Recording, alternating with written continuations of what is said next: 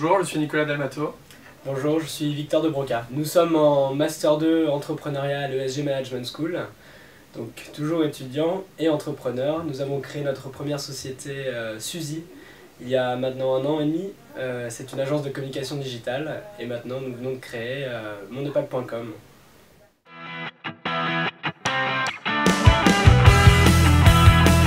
On s'est rencontré avec Victor il y a 4 ans maintenant sur les bancs de l'école.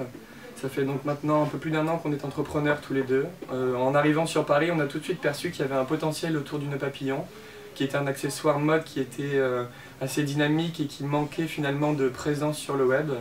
Donc on a une idée, c'est de créer mondepap.com. Mondepap.com, c'est le temple du nœud papillon en ligne.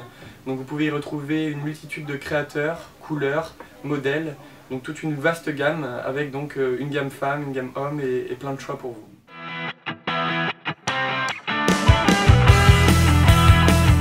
Nous avons intégré du coup le master en entrepreneuriat l'année dernière. Donc c'est vrai qu'on avait déjà créé notre première entreprise.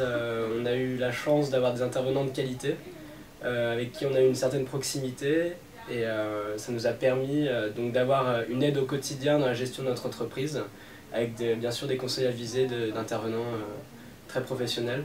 Donc ça nous a énormément aidé.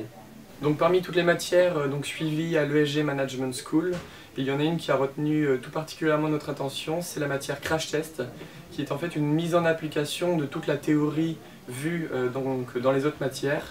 Donc via Crash Test, en fait, on crée un projet de A à Z avec la réalisation d'un business plan et donc une présentation devant un jury de professionnels avec des avocats, des comptables, des investisseurs.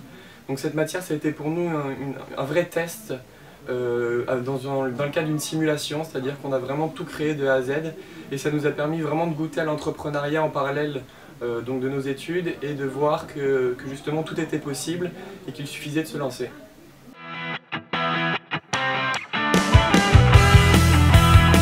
Donc, si on avait quelques conseils à vous donner, il y aurait donc principalement l'aspect de communication, je pense, avec donc, si vous êtes en équipe entrepreneuriale, une communication interne qu'il faut toujours mettre en avant, toujours échanger, discuter, confronter les idées et pas hésiter à y aller, mais toujours en restant positif.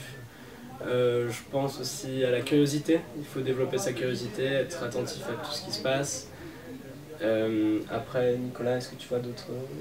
N'hésitez pas à vous lancer, n'ayez pas peur, si vous avez une idée, il faut être courageux, c'est beaucoup de travail, mais tout est possible. Nous, on a décidé d'entreprendre en étant étudiant. Donc c'est un choix qui peut surprendre par moments, mais qui est un choix qui selon moi est justifié et donc accessible, car ça vous permet de mettre en application tout le contenu théorique vu en cours dans votre entreprise. Vous gagnez de l'avance, vous partez avant tout le monde et ça vous permet souvent d'arriver avec beaucoup plus d'expérience sur le marché, soit du travail, soit de l'entrepreneuriat à la sortie de l'école.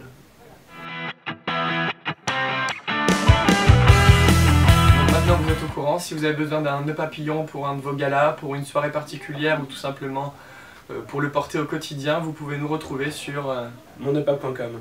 Merci.